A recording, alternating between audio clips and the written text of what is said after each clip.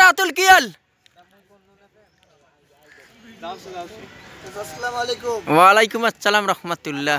কিছু বক্তব্য আছে, বলো, বক্তব্য শুরু করো। চাচা, আমরা এই মাঠে বলো। ছোট থেকে মানুষ হইলাম, যে এই মাঠ আমাদের জন্মস্থান। এই মাঠে আমরা ছোট থেকে মানুষ হয়েছি।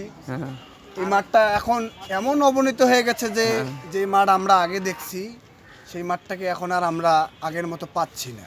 আচ্ছা আচ্ছা, আমরা একটা, আমি কিছু বলবো না, উনি এই আনান বলবে, ও গেছিল তো। আমি সবার উদ্দেশ্যে ও সরকারের উদ্দেশ্যে একটা কথা কব, যে আপনি একটু ভালোভাবে একটু মাঠটাকে পরিচর্যা ও মাঠটাতে পানি দিলে সুন্দর মোলায়েম ঘাস সবুজে ভরপুর এই মাঠটি হবে।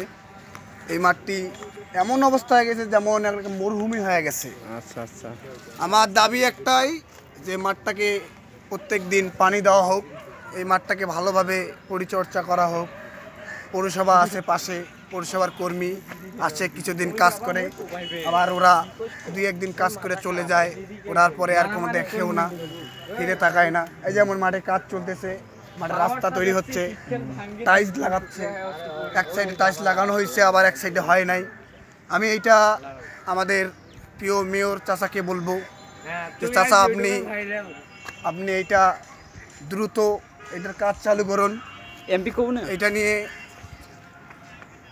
এইটা আপনারা দ্রুত কাজটা শেষ করুন, মাঠটা আমাদের আগের মতো ফিরিয়ে দেন। আসসালামু আলাইকুম, আবারও দেখা হবে। আচ্ছা ইনশাআল্লাহ, ওকে, ধন্যবাদ।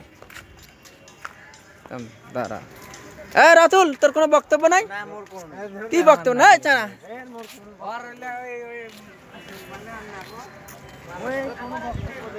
আচ্ছা ঠিক আছে, তোমার সবাই মিলে এক খেয়া বিদায় নাও, সবাই মিলে এক খেয়া বিদায় নাও।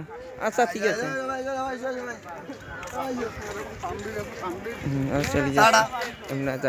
তারপর বিদায় নিচ্ছি। আবারও দেখা হবে ইনশাআল্লাহ। আচ্ছা।